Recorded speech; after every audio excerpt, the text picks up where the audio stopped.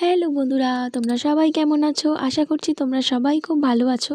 তোমাদের সাথে আবারও চলে এলাম ছোট্ট একটা মিনি ব্লগ শেয়ার করতে।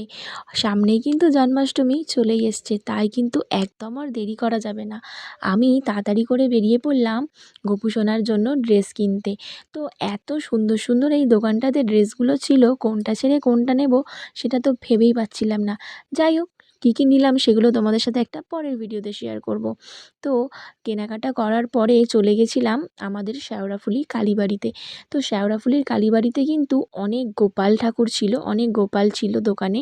তো আমার দিদি বলেছিল যে ও একটা গোপাল নেবে, তো সেই জন্যই দেখছিলাম আমরা কোন গোপালটা নেওয়া যায়। তারপরে তো একটা গোপাল নিয়েছি, সেটা তোমাদেরকে পরে দেখাচ্ছি।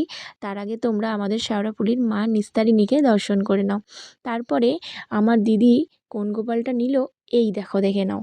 এই যে ছোট্ট গোপু সোনাটা, কি মিষ্টি দেখো, ওর মুখের হাসিটা এত সুন্দর যে আমরা সবাই ওকে দেখে সত্যি খুব খুশি হয়ে গেছিলাম। তারপর এখানে তো জামা পরে রেডি একদম।